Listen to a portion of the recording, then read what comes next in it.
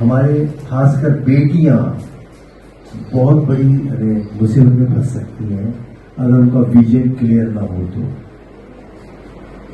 क्योंकि एक अलमिया है, मैं मानता हूं, लड़कियां खूब पढ़ रही हैं।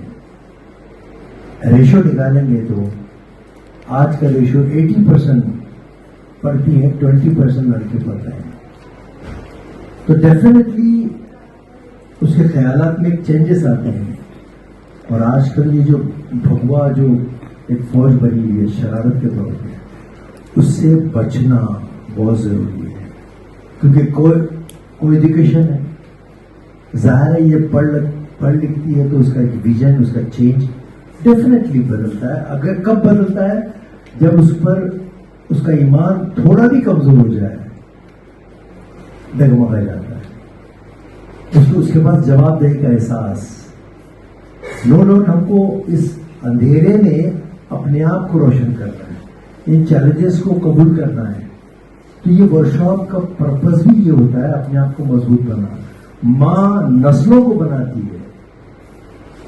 ये पहले ऐसे चैलेंजेस नहीं थे। अब हमारे स्कार्फ पहनने पर भी चैलेंजेस हैं, हम टारगेट में शामिल किए जाते हैं। आपको अपनी हिफाजत खुद करनी पड़ेगी। ये इस टॉपिक पे बात होना बहुत जरूरी है कि किससे ताल्लुकात कितने रखें, अपने लिमिटेशंस क्या हैं। क्योंकि घर की, न सिर्फ घर की बल्कि खानदान की, बल्कि कम्युनिटी को आप नुमाइंदगी करते हैं। इतने खतरनाक वाकयात होते हैं तो हमको फोन आते हैं, सही साहब वो ऐसा ऐसा हो रहा है। मैं बोला जाने से पहले बात करो ना, जाने के बाद खसखम जहां पर जो चला गया उस पर मातम मत करो। मरने के बाद कितने दिन रोता है आदमी? 3 दिन।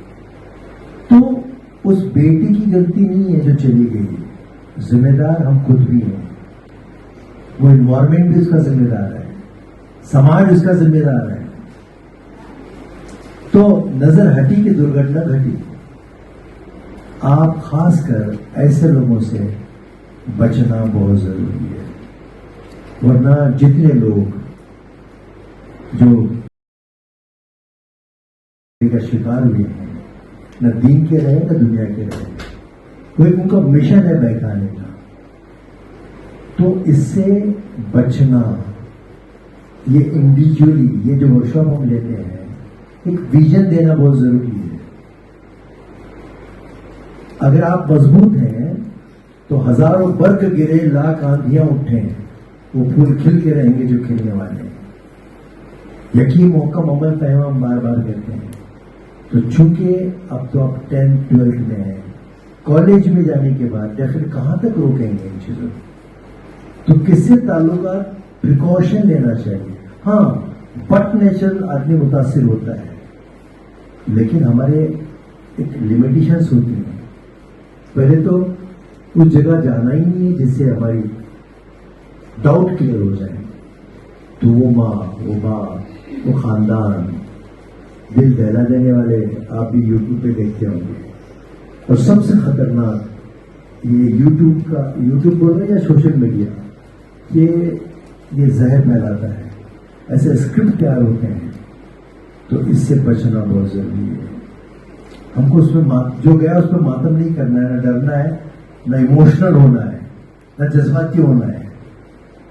हमको अलर्ट होना है, अपनी हिफाजत खुद करना है, अपना स्टाइल, आपको मजबूत बनना है। आपकी आंखों में वो पावर चाहिए, क्योंकि हिम्मत न कर सके हमको देखिए। ये आंखें बहुत इंपॉर्टेंट होती है। ये आंखें इजहार करती हैं, ये आंखें बता देती हैं। तो ये कॉन्फिडेंस वाली बात होती है। तो हर किस्म के हर में इस्तेमाल होते हैं। तो अपनी हिफाजत आंखों से करना, और खासकर कुदरत ने औरत को एक 6th सेंस मर्द से ज्यादा दी है। वो जहां कहीं बैठती है, हम जहां बैठते हैं, मर्दों में भी है वो, ऐसा नहीं कि सिर्फ औरतों में है। अब जहां बैठते हैं, अगर पीछे से भी आपको कोई घूम के देखता है तो फील होता है कि कोई तो हमको ऑब्जर्व कर रहा है। कोई तो देख रहा है, ये सेंस है, इसको कहते हैं सिक्स सेंस। तो वहीं से अलर्ट होना चाहिए।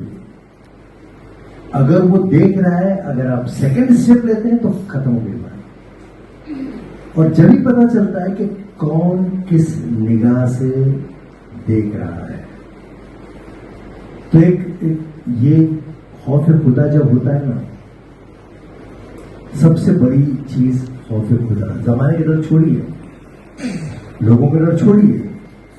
अगर हम मोमिन हैं तो उससे डरना, वो दिल के हाल जानता है। हम अकेले में घर में मोबाइल देखते हैं, पूरी दुनिया को देख रहे हैं हम, लेकिन उस वक्त हम ये भूल जाते हैं कि सारे खालिक मालिक वो हमको देख रहा है, वो हमारे अंदर की चीज को जानता है। और जब इसे गलत चीज देखते हैं तो इसका असर डायरेक्ट जहन पर होता है, दिल पे होता है। इंसान है भाई, इफेक्ट तो होता ही है। तो बचना किसका काम है? अपना काम है। इस मिशन में अपने आप को इन्वॉल्व कीजिए, अपनी हिफाजत खुद कीजिए। ये और सबसे इसको बदनाम मत कीजिए। ये सोचों पे चलता है, ये सोच पे चलता है। अब तो नॉलेज उंगली पे है, तो दिन हवा हो गए। उंगली टच करो, ये उंगली टच करो, नॉलेज आता है। देखो जैसा सोचता है इंसान वैसे होता है, जैसे मैंने बताया था। वो पहले मालूम था ना, चिराग घसने के बाद जिन आता था, क्या हुक्म है मेरा को। ये कहानी में सुनते थे हम, चिराग घसे जिन आ गया। आपको मालूम है चिराग आ गया है ना। जिन भी दो किस्म का होता है, पाक जिन और गंदा जिन। आपकी उंगली पर है किस नीयत से जिन को बुला रहे हैं। आपकी जैसी ख्वाहिश होगी वैसे जिन आएगा। ये चिराग ही तो है। ये क्या है? ये चिराग है। यहां अंधेरा है तो अंधेरे वाला जिन आएगा, या उजाला है तो उजाले वाला आएगा। इसको ये एक वेपन है, इसको बदनाम मत कीजिए। सोशल मीडिया से लोग खराब हो रहे हैं। खराब सोशल मीडिया से नहीं हो रहे हैं, सोच से हो रहे हैं। सोच को बचा के रखिए। ये सोच जो है आपको गुमराह करती है। तो आप अगर अपने आप को संभालेंगे तो डेफिनेटली हम एक नई जिंदगी अपना जहां बना पाएंगे। और माँ का रुतबा तो सबसे बड़ा होता है। नस्लों को बनाने वाली माँ होती है माँ। तो ठीक है, हम जिस इन्वायरमेंट में रहते हैं, सबसे बड़े चैलेंजेस वहां है। जिस इंस्टीट्यूट में हमारी लड़कियां पढ़ती हैं, तो डेफिनेटली ऐसे कुछ लोग वहां प्लान किए जाते हैं। हम एक बारूद के ढेर पर हैं यार। हमने थोड़ा भी नजर हटी तो ब्लास्ट हो, हादसा हो गया। तो खौफ खुदा ही एक अहम चीज है जो हमको हिफाजत कर सकती है। और दुनिया की कोई चीज, डरना, जैसा कि अल्लाह से डरने का हुक्म है, डरने की एक्टिंग करना और डरना फर्क है, बहुत फर्क। तो खासकर आप लोगों को इस तरह से ये बातें तो हम सुनते ही हैं, खुशफहमी में नहीं रहना चाहिए। इस वर्कशॉप में कम लोगों के साथ हम एक मिशन दे रहे हैं जिंदगी को कि भाई सर उठाएं, हरसों अंधेरे। अब चिरागों को तू रोशनी दे, तो अपने हिस्से का चिराग जलाना है। सलाहियतों का सही इस्तेमाल सवाब है, और सलाहियतों का गलत इस्तेमाल गुनाह है। और गुनाह में आर्जी लज्जत है और टाइम भी लज्जत है, और उसकी रिटर्न्स भी बहुत जल्दी मिलते हैं। लेकिन सलाहियतों का जब सही इस्तेमाल करते हैं तो एक जड़ लड़ना पड़ता है, एक अपोजिट डायरेक्शन में जाकर काम करना पड़ता है, और अपने आप में कॉन्फिडेंस चाहिए। तो इसमें 2-3 चीजें हैं। अपने आप को मजबूत बनाना, अपनी आंखों में वो पावर रखना कि कोई आपको उस एंगल से देख न सके। बहुत जबरदस्त ये आपका प्रोटेक्शन है। 5 सेंस की हिफाजत करना, उसमें पाकिज़गी रखना बहुत जरूरी है।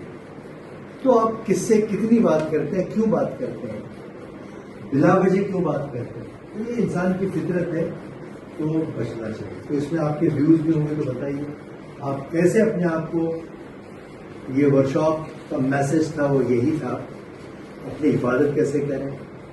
नो डाउट अगर हमारे पास जो रिवायती कुछ समाज में चीजें बनी हैं तो आप तारीख में जाइए।